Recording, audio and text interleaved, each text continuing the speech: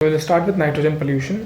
तो कुछ जो नाइट्रोजन पोल्यूशन इनिशिएटिव जो भी न्यूज़ में है वो एक है आपको इंटरनेशनल नाइट्रोजन इनिशिएटिव। अब ये नाम से तो नहीं पूछेंगे कि इंटरनेशनल नाइट्रोजन इनिशिएटिव किस लिए है, बट कब सेटअप हुआ है एंड किन कमिटीज़ या किन बॉडीज़ के स्पॉन्सरशिप के थ्रू ये हुआ है, कौन कौन इसमें इन्वॉल्व है वो पूछे जा सकते हैं। दो बॉडीज़ इन्वॉल्व हैं, स्कोप एंड IGBP, हुआ था तुम्हारा 2003 के अंदर।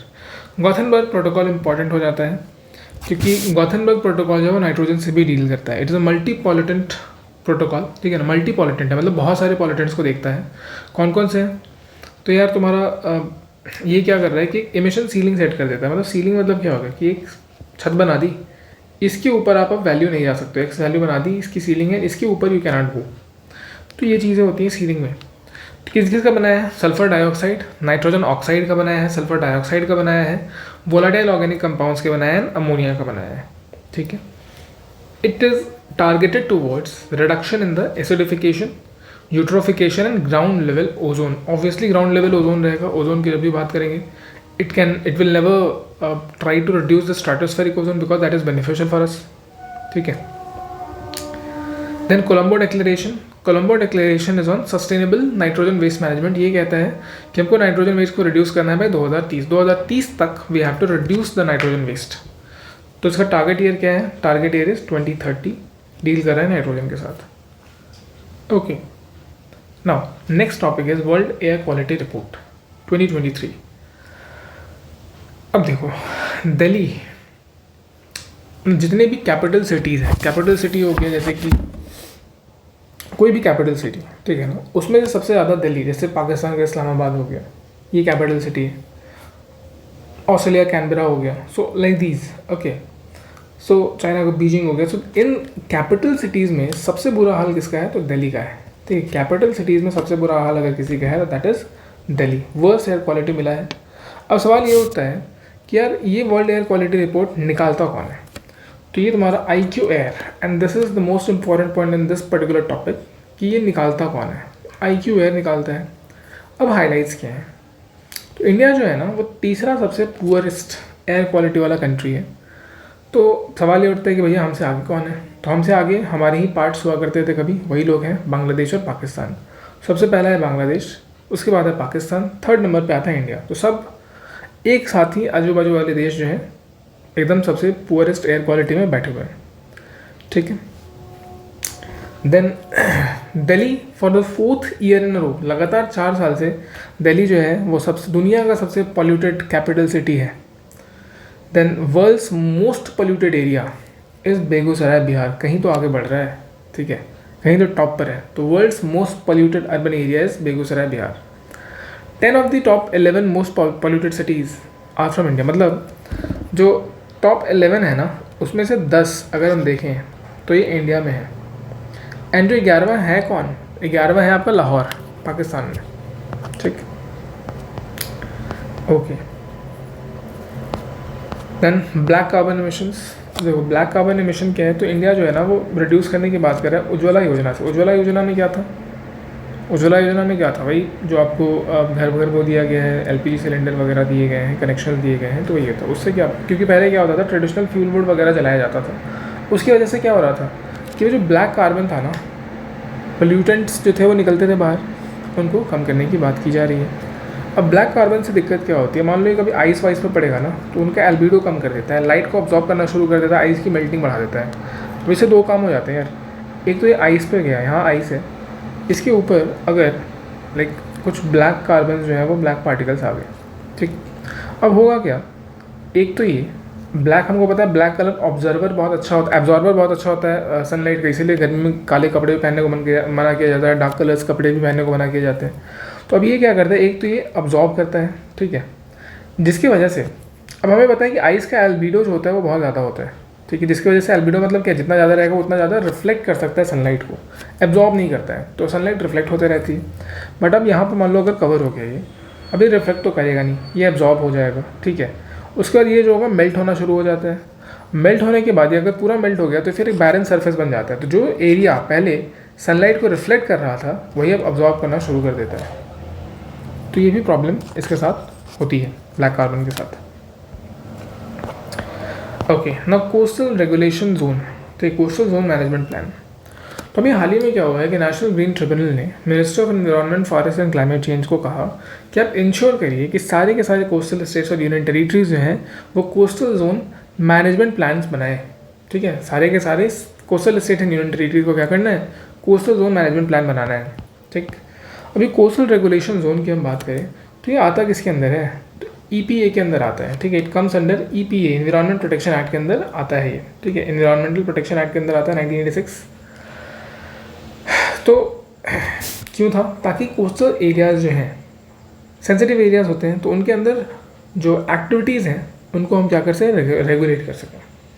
ठीक है, अब नोटिफिकेशन के अंदर क्या होता है कि हाई टाइड लाइन से, ठीक है, हाई टाइड लाइन से जो 500 मीटर तक की दूरी पे एरिया है, ठीक है, हाई टाइड लाइन से 500 metre the coastal land up to a distance of 500 metre from the high tide line and a stage of 100 metres along the banks of the creeks. ठीक है, जो भी कोई क्रीक है, स्टोरी है, back water है, river है, उससे 100 मीटर तक they which are subjected to tidal fluctuations, उनको कोस्टल रेगुलेशन जोन कहा गया है। तो हाई टाइड लाइन से 500 मीटर एंड ये जो वाटर बॉडीज़ हैं या फिर जो डिफरेंट इकोसिस्टम्स हैं, क्रीक्स, एस्चुरीज वगैरह, बैक वाटर्स, उनसे 100 मीटर तक की जो डिस्टेंस होगा उसको हम कोस्टल रेगुलेशन जोन में लाएंगे। अब ये हाई टाइड लाइन होते ही हैं, so the line on the land up to which high tide line, जब हाई टाइड होगा तो कहाँ तक पानी आ रहा है, ठीक है, that will be high tide line. ठीक है, तो हाईएस्ट कब होता है, दो तरह के टाइड्स होते हैं ना, स्प्रिंग एंड नीप। तो स्प्रिंग टाइड में क्या होता है, high tide is the highest, neap tide में low tide is the lowest. ठीक है, यही होता है। स्प्रिंग में हाई टाइड जो होता है वो हाईएस्ट हो जाता है, नीप टाइड में लो टाइड लोएस्ट हो जाता है। तो स्प्रिंग टाइड के टाइम पर जब आपका होगा तब इसको कहते हैं हम लोग ये। ठीक है, एंड स्प्रिंग होता कब है, तो full moon and new moon day पे होता है। लो टाइड लाइन जब तुम्हारा lowest water line reaches during the spring tide. ठीक, तो यही होता है हाई टाइड लाइन। तो हम लोग हाई टाइड लाइन से 500 मीटर तक का दूरी देखते हैं। ओके, अब देखो टोटल जो है ना, देर आर 4, ठीक है ना, 4 कोस्टल रेगुलेशन जोन्स हैं। एक डील करता है आपको इकोलॉजिकल सेंसिटिव एरिया के साथ, दूसरा डील करता है शोरलाइन एरियाज़ के साथ, तीसरा अनडिस्टर्ब्ड एरिया के साथ एंड चौथा टेरिटोरियल एरिया के साथ। अब जो कोस्टल रेगुलेशन जोन 1 है, these are the ecologically sensitive areas and they lie between the low and high tide lines। ठीक है, ये कहाँ लाई कर रहा है, लो टाइड लाइन और हाई टाइड लाइन। मान लो ये ग्राउंड है, ठीक है, यहाँ से समुंदर आपका स्टार्ट है एंड स्प्रिंग टाइड के टाइम पर वाटर लेवल यहाँ तक आ जाता है। ठीक है, इस पॉइंट तक आपका आ जाता है। लो टाइड में मान लो लोएस्ट नीप टाइड के टाइम में यहाँ तक आ जाता है। ठीक है, तो ये जो एरिया है इन दोनों के बीच, लो टाइड और हाई टाइड के बीच में, वो इकोलॉजिकली सेंसिटिव एरिया उनको बोला गया है। अब यहाँ पर exploration of the natural gas and salt extraction are permitted. आप सॉल्ट एक्सट्रैक्ट कर सकते हो, नेचुरल गैस को एक्सप्लोर कर सकते हो। शोरलाइन एरियाज़ क्या होते हैं, regions develop near the shoreline. जो शोरलाइन है उसके पास किनारा जो आता है, उसके पास का जो एरिया होता है, यहाँ पर हम लोग शोरलाइन एरियाज़ कहते हैं। यहाँ पर क्या है, CRZ 2 में अगर हम देखें, कोस्टल रेगुलेशन जोन 2 में अनऑथराइज स्ट्रक्चर्स जो हैं वो प्रोहिबिटेड हैं। ठीक है, unauthorise structures are prohibited. Then CRZ 3 की अगर हम बात करें तो जोन 1, ठीक है, zone 1 and zone 2, zone 1 and zone 2 के बाहर जो रूरल और अर्बन एरियाज़ हैं, ठीक है, जो रूरल और अर्बन एरियाज़ हैं, लोकेलिटीज़ हैं, इनको हम लोग कहते हैं क्या, CRZ 3 में आते हैं। यहाँ पर क्या होता है ना, कुछ agricultural activities and public facilities ही परमिटेड हैं। तो CRZ 1 high tide low tide के बीच में शोरलाइन एरिया होगा आपका ये CRZ 2। इसके बाजू में जो अर्बन रूरल एरियाज़ है वो आपका CRZ 3 में आता है। यहाँ पर सिर्फ एग्रीकल्चर कुछ पब्लिक फैसिलिटीज़ जो है ना वही परमिटेड है। CRZ 1 में क्या था, नेचुरल गैस सॉल्ट एक्सट्रैक्शन, यहाँ पर अनऑथराइज स्ट्रक्चर नहीं, नॉट परमिटेड, प्रोहिबिटेड है। एंड CRZ 4 में क्या है, टेरिटोरियल एरिया। तो an area spanning from the low tide line, ठीक है, area spanning from the low tide line to the 12 nautical miles seaboard, जहाँ पर फिशिंग रिलेटेड एक्टिविटीज़ अलाउड हैं but waste disposal is prohibited. ठीक है, तो यहाँ पे क्या है, जैसे ये लो टाइड लाइन है मान लो, या हाई टाइड लाइन है, ये लो टाइड लाइन है, एंड यहाँ से लो टाइड लाइन से लेकर के 12, ये सी साइड में 12 नॉटिकल माइल तक आप जाते हो। तो ये जो पर्टिकुलर एरिया है, ठीक है, दिस पर्टिकुलर एरिया, ये जो पर्टिकुलर एरिया है आपका, तो इसको हम लोग कहते हैं क्या, ये आएगा आपका CRZ 4 में। अब यहाँ पर क्या है कि फ़िशिंग वगैरह अलाउड है but solid waste disposal prohibited है, ठीक। तो दिस इज, ठीक है, कूल। देखो इसमें बहुत सारे वो हैं, लाइक 1A कौन सा है, 1B कौन सा है, 2 ये है close to the shore, 3A population density जहाँ पर इससे ज़्यादा है 2161 स्क्वायर किलोमीटर ज़्यादा है, 3B 2161 से कम है। 3 में क्या था, CRZ 3 में क्या था, जो अर्बन एंड रूरल एरियाज़ हैं उनके बारे में था। 4A 12 नॉटिकल माइल, यहाँ पर 4B। तो आपको ये 1 2 3 4 ध्यान में रखना है बस। नाउ कुछ रिफॉर्म्स लाए गए थे 2018 और 2019 में कि जो भी आइलैंड्स हैं, ठीक है, जो भी आइलैंड्स हैं उनके 20 मीटर, मान लो ये आइलैंड है कोई, इनके 20 मीटर की दूरी पे, ठीक है, इनके 20 मीटर की दूरी पे क्या करेंगे हम, नो डेवलपमेंट जोन, ठीक है, नो डेवलपमेंट जोन की बात करेंगे। जो भी आइलैंड है, आइलैंड के चारों बगल 20 मीटर का जो डिस्टेंस रहेगा वो नो डेवलपमेंट जोन बन जाएगा। CRZ 3 के लिए जो रूरल एरियाज़ हैं, 2 separate categories have now been created for improve management, ठीक है, जो हमने ऊपर देखा। CRZ 3 के लिए क्या है, तो CRZ 3 के लिए 2 कैटेगरी बनाई गई हैं, A एंड B। A में क्या है, अनडेवलप्ड रूरल एरिया, ठीक है, A में जो है ध्यान देना, A में there is undeveloped rural area, ठीक है, A में अनडेवलप्ड रूरल एरिया है जहाँ पर पॉपुलेशन डेंसिटी क्या है, इस यहाँ पर अगर हम पॉपुलेशन डेंसिटी की बात करें तो 2161 स्क्वायर किलोमीटर से ज़्यादा है, ठीक, एज पर 2011 सेंसस, 2011 सेंसस के हिसाब से। CRZ 3 ठीक है, तो undeveloped rural area with population density over 2161 square kilometre per square kilometer as per the 2011 census are designated as CRZ 3A with a no development zone up to 50 meters from the high tide line, reduced from 200 meters as per the CRZ notification 2011। CRZ 2011 में क्या बोला गया था कि यहाँ से 200 metre तक जो है, ठीक है, 200 मीटर्स तक आप क्या करोगे, नो डेवलपमेंट जोन रहता है, बट अभी इसको बोला गया कि यहाँ से 50 मीटर तक जो है ना नो डेवलपमेंट जोन हम रखेंगे, 50 मीटर जो होगा ये नो डेवलपमेंट जोन होगा, ठीक है। 3 का A पार्ट जो है अनडेवलप्ड रूरल एरिया जहाँ पर population density is 2161 per square kilometre, ठीक है। 3B में क्या है, ये भी अनडेवलप्ड ही है, बट यहाँ पर पॉपुलेशन डेंसिटी जो है ना, पॉपुलेशन डेंसिटी जो है वो less than 2161 per square kilometre as per CRZ 3B as per 2011 census. इसको हम लोग 3B डिजिग्नेट करते हैं। Again this is also high tide line से 200 मीटर तक का रहेगा landward side and it will be earmarked no development zone. तो यहाँ पर 200 मीटर रखा गया है, बट 3A के लिए क्या किया है, 50 मीटर ही रखा गया है, ठीक है। तो काफ़ी सिंपल हो गया होगा, लाइक अगर एक बार से हम फिर से इसको देख लेते हैं, इसको याद करने में थोड़ी प्रॉब्लम होती है। तो पहला क्या था आपका, high tide zone, high tide line और लो टाइड लाइन के बीच वाला एरिया हो गया।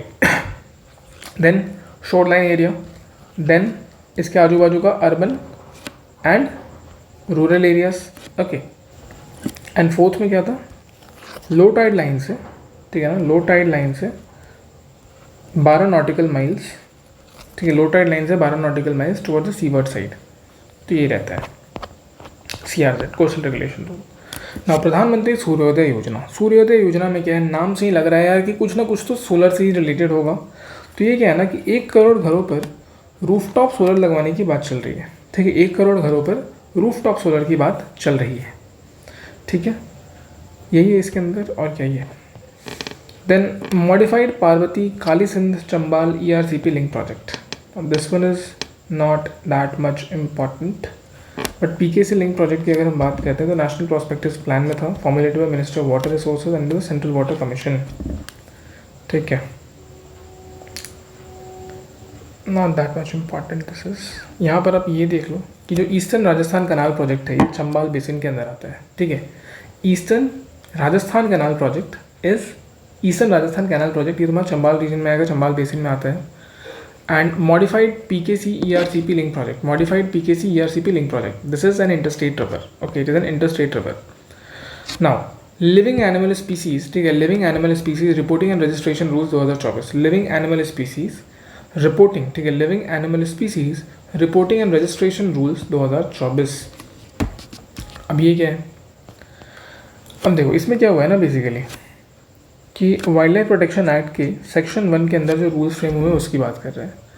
मान लो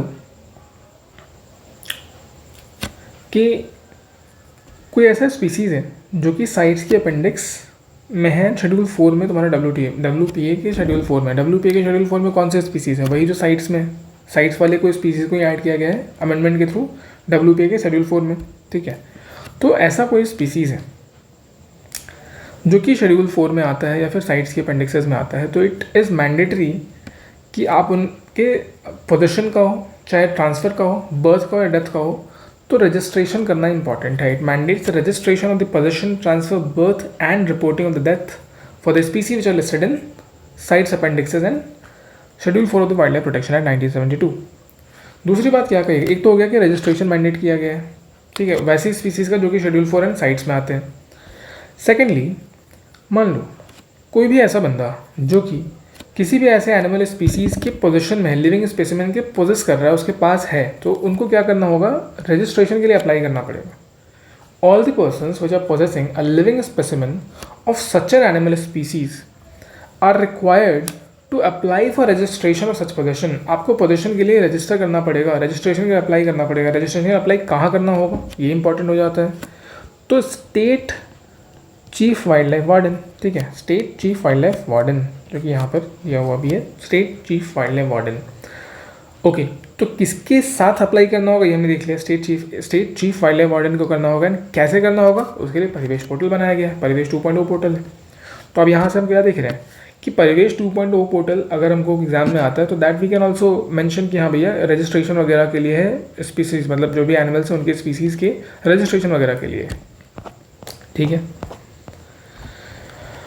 Okay, now solid waste management in aquaculture units. Aquaculture units में solid waste management कैसे होगा, ठीक है। Okay, so basically identify, categorize, manage the waste streams. हर एक यूनिट जो होगा will have to assess the waste generation, segregate solid waste into biodegradable, non biodegradable वगैरह वगैरह, इस तरीके से है।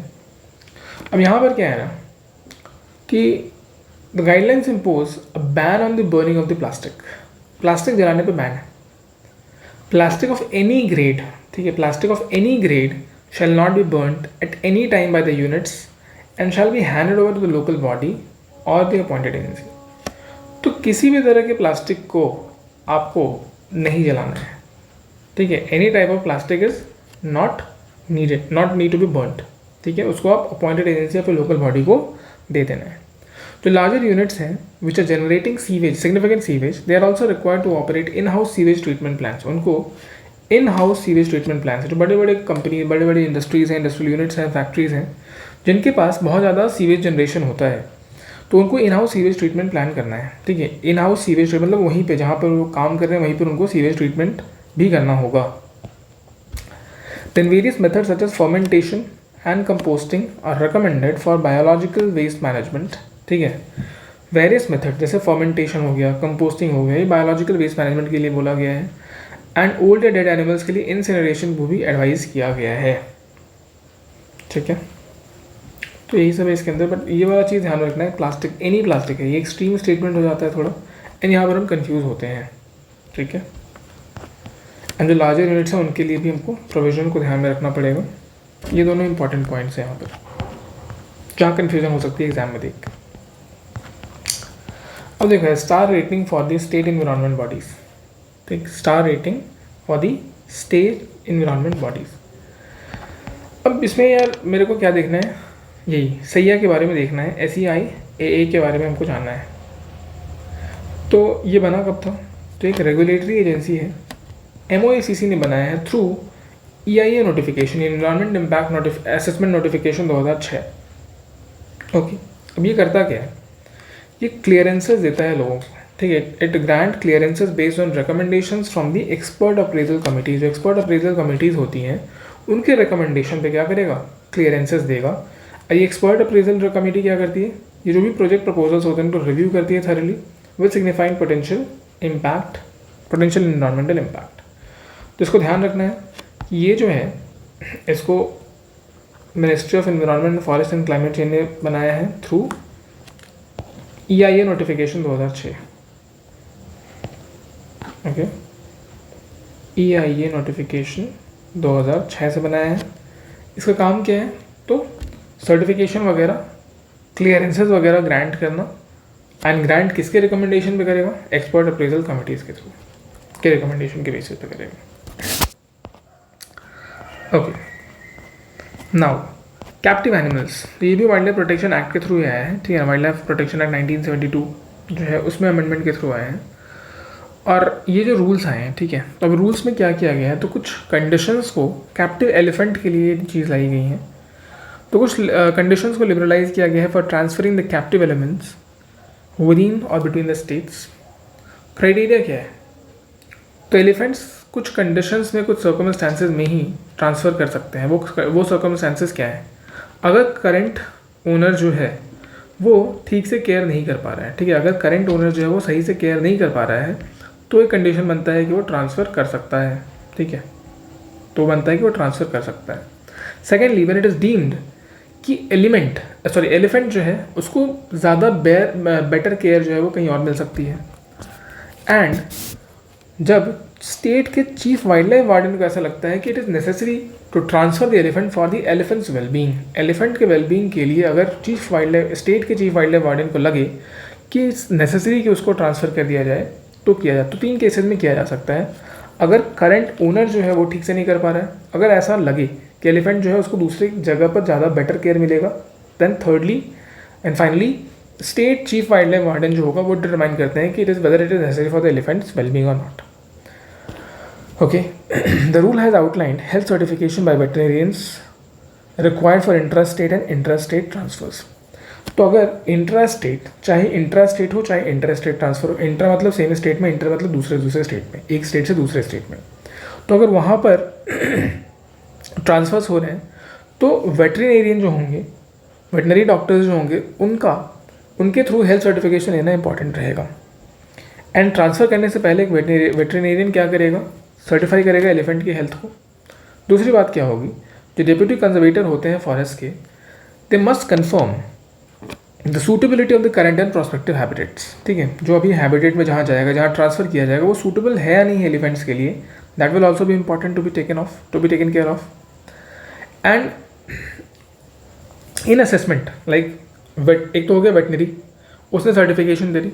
सेकेंडली, जो डेप्यूटी कंजर्वेटर ऑफ फॉरेस्ट है, ये दोनों लोग इन्वॉल्व हैं, इन्होंने जो इनपुट दिया उसके बेसिस पर चीफ वाइल्ड लाइफ वार्डन जो है ना, उसके पास अथॉरिटी है कि वो ट्रांसफ़र को एक्सेप्ट या रिजेक्ट कर सकता है, ठीक है। एलिफेंट की जेनेटिक, ठीक है, विद इन द स्टेट के लिए है, with in the state, and same condition जो है वो तुम्हारा बिटवीन द स्टेट्स, मतलब ये तुम्हारा इंट्रा स्टेट था एंड बिटवीन स्टेट्स में हो जाएगा इंटर स्टेट। एलिफेंट की जो जेनेटिक प्रोफाइल है ना, it must be registered with the ministry of environment, forest and climate change, ठीक है। एलिफेंट का जेनेटिक प्रोफाइल किसके साथ रजिस्टर करना है, MOFCC के साथ। Now this particular rule has given some transportation guidelines also for elephants. जब भी एलिफेंट का ट्रांसपोर्टेशन होगा उसके साथ एक महौत होने चाहिए और एक एलिफेंट असिस्टेंट भी होना चाहिए, ठीक है, एक महौत होगा, एक एलिफेंट असिस्टेंट भी होगा। वेटनरी प्रैक्टिशनर से तुम्हारा हेल्थ सर्टिफिकेट तो रहना ज़रूरी है ही, to confirm the elephants fitness कि उसको ट्रांसपोर्ट किया जा सकता है कि नहीं, इस टाइम पर कोई उसको इन्फेक्शस डिजीज़ तो नहीं है। अगर कोई कॉन्टेजियस डिजीज़ है, इन्फेक्शस डिजीज़ है, तो ट्रांसफ़र जो है ना वो मैंडेटरी क्वारंटाइन पीरियड के बाद ही किया जा सकता है। क्वारंटाइन उनको भी होना पड़ेगा जैसे हमारा करना पड़ा था कोविड वगैरह के time. Provision of food and water must be ensured through out the journey. Food और वाटर, खाना पानी जो है हमको मिलना रहना चाहिए। एंड अगर एलिफेंट जो है वो नर्वस, टेम्परामेंटल बिहेवियर अगर शो करता है तो सेफ ट्रांसपोर्टेशन के लिए ट्रैंक्विलाइजर या सेडेटिव्स उनको बेहोश करने के लिए एडमिनिस्टर किया जा सकता है बाई द वेटनरी एक्सपर्ट्स जो होते हैं, प्रैक्टिशनर्स जो होते हैं। अब कैप्टिव एलिफेंट्स क्या होते हैं, सो दे आर टेम्ड, ठीक है, these elephants are tamed, not domesticated and controlled by humans इनको कंट्रोल करके रखते हैं। Then the main goal of keeping these elephants is to use them for various purposes, जैसे कि तुम्हारा एजुकेशनल पर्पस हो गया, एंटरटेनमेंट पर्पस हो गया, वर्क पर्पस हो गया। एंड ये कैप्टिव एलिफेंट मिलेंगे कहाँ, तो सर्कसेस में मिलते हैं आपको, कैंप्स में, जू, सैंक्चुरी, ये सब जगह पर मिलता है, ठीक है। तो डोमेस्टिकेटेड नहीं रहते हैं, टेम रहते हैं, ये ध्यान में रखना होगा।